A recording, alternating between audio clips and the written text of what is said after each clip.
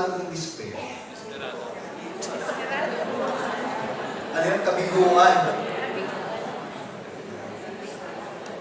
Despair. Kawalan ng pag-asa. The negation of it. No?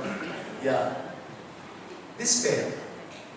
Despair is that which a person goes through when he or she loses heart about the present state of affairs and decides that it's all over. It's finished. Wala na. Madalas mangyari yan sa tao. When you lose something so fundamental to you, when you go through a very tragic experience, and you're tempted to say, lubos ng lahat. That's despair. And ironically, this temptation to give up is the very setting in which hope is born. You will not know what hope is about until you have known the temptation to despair. Hindi mo malalaman kung anong pag-asa hanggat hindi ka nagdanas ng paghihinagpis. Ayun, paghihinagpis sa buhay na parang wala nang susunod. True hope is always situated in a temptation to despair, to fall apart, to break into pieces before a tragedy. Nawalan ka ng minamahal na asawa, kabiyak ng puso mo. Nawalan ka ng anak. O nawalan ka ng hanap buhay para buhayin ng mga anak mo. Things like these happen. But, sabi ni Gabriel Marcel, hope is not to be confused with simple optimism. Naku, usong-uso yan. Nung sabi niya, optimism is usually a denial of the dark situation. You will not know what hope is about if you keep denying the dark situation. Yung mga optimists, actually, they behave more like those in a state of denial, as if the tragedy would just dissipate or go away like a passing cloud. Yung mga typical na expressions ng mga optimists ay ganito, let's look at the bright side of life. Let's think positive. Parang maganda, di ba? Maganda naman eh. But you know, this kind of worldview is currently pervading the American market of so-called inspirational ideas. Na para bang, if you are in a dark situation, ikaw mahihiya sa sarili mo. Think positive. Let's look at the bright side of life. Hindi mo tuloy ma-share yung hinagpis mo. Parang wala kang karapatang mag-hinagpis. But that is wrong. You know, this kind of mentality is being peddled nowadays. And I call it cheap. Masyadong cheap. By TV hosts and inspirational writers who tend to exploit the life testimonies of people in a manner that is false, in a manner that is not truthful. Ang tawag ko sa kanila yung mga emotional predators. They exploit people's survival stories with a shortcut version of the tragic experiences that they have been going through. Para bang nagbabasa ka, pero hindi ka makahintay, gusto mong mag-jump sa happy ending. Ayaw mong tingnan yung trahedya na nangyayari. Kasi, let's stay positive. Let's look at the bright side of life. So, hindi maganda yan, sabi ni Marcel. Yung mga shortcut na yan. The patterns of storytelling that the sufferers are conditioned to follow, almost like a predictable template, are the type that are intended to give the audience instant relief. Something no different from a Band-Aid plastic strip applied on a gaping wound that is festering with infection inside. Oh, tumatalab yung Band-Aid kung mababaw na sugat lang. Pero naman, kung inoperahan yung tao, tapos ibaband-aid mo lang siya, ano mangyayari? mangyayari? May infection yan. Optimism is like a Band-Aid plastic strip that is put on a gaping wound that is festering with infection inside. Okay. Ang sabi pa nitong philosopher na ito, hope also has to be distinguished with Stoicism. Ano yung Stoic? Ang Stoic attitude ay yung rebellious attitude, typical din of those who are in a state of denial, as if a defensive posture of internal hardening, pagtitigas ng kalooban, is all that it takes to withstand a situation of disaster. Itong hardening, pagmamatigas ng kalooban, actually related daw ito sa optimism, sabi ng philosopher na si Gabriel Marcel. It comes in all kinds of mantras.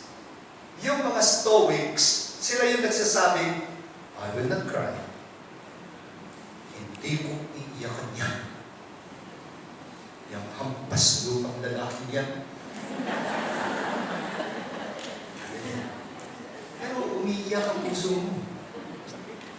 Kunyari ka pang, hindi ko iiyakan yan. I will not be defeated. I will fight it out. I will not fall into self-pity. Madalas daw, denial din yan. They're actually expressing something closer to what people say when they are in a state of denial. Hope is to be distinguished also from denial. Ano yung denial? Mas alam natin yan. Yung nagsasabing, hindi totoo ito. Hindi ito nangyayari. Panaginip lang to. Gigising din tayo. Kurtin mo ko, kurtin mo ko. This is not happening. Di ba, minsan pag may masamang nangyayari, parang yung harapin. Tapos sinasabi, hindi. Bangungot lang to. Kurtin mo ko. Kahit pinagsasampal ka na, ganun pa rin. Well,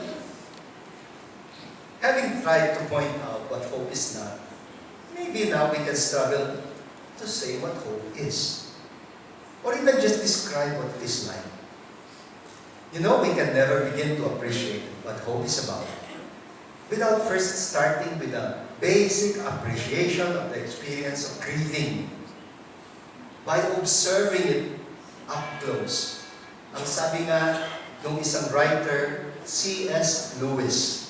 One of my favorite writers is C.S. Lewis. He was the one who wrote the Tales of Narnia na naging pelikula. Nanood na ba kayo ng The Lion, the Witch, and the Wardrobe? Si C.S. Lewis yan. Favorite author ko yan. He is a philosopher, a genius. He got married late in his life. And he was so deeply in love with his wife whose name was Joy. And so, when his wife died, oh my God, his world fell apart. And he wrote a book by the entitled A Grief Observed. He went through the process of grieving and then observed every stage of it. He just wanted to know what was going on in him. He just could not understand himself. At totoo naman, pag may nawala na napakahalaga sa buhay mo, parang nabawasan ang pagkatao mo. And some people don't know how to cope with it.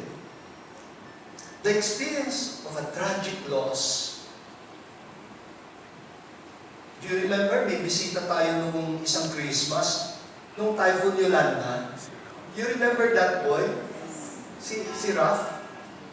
That boy whom we adopted at Holy Rosary Parish at pinag-aral natin. Tapos na siya, he's now a mechanical engineer. Yeah. Dinala siya ni Sister Wen. Kasi nagtuturo Sister Wen sa Saints Co. Pagkatapos, na-meet niya yung bata doon. Itong mga Benedictine sisters, victims din sila ng Typhoon Yolanda. Naglalakad daw sila sa kalsada, nakita nila si Ralph. Parang naglalakad daw ng direksyon tulala. You know why? He was the only survivor in the whole family. Imagine, no? Kinwento ko yun doon sa the Gospel of Love. Yeah. Nung nag-storm surge daw, talagang pinray over sila ng tatay nila. At nagpaalam na yung tatay nila. Nag-iyakan na sila. Parang feeling nila katapusan na talaga ng mundo. And then after that, umakyat daw yung tubig. And then, na-knock down yung bahay nila. And he held on sa isang poste. He held on to a post. Pagkatapos, lumitaw pa daw yung tatay sa Ralph, hawak ka lang, just hold on. I'll come back for you. Tapos, nawala na naman yung tatay niya. Kumapit siya na matindi doon sa poste. Tapos mamaya may dumating na naman na storm surge, bumagsak pati yung poste, hinahawakan niya. At naipit siya underwater and he was drowning already. And while he was drowning, he said a prayer. Ang sabi niya, Lord, magpapasko na po. Kawawa naman ang pamilya ko pag namatay ako. They are going to have a sad Christmas. Please, Lord, save me for them. And then biglang merong another storm surge. Gumalaw yung poste, nakalaya siya. And then, lumangoy na siya, and he swam to safety. And then, nung nagsubside na yung water, he looked for his family. They all died. They all died. And he spent his time burying them one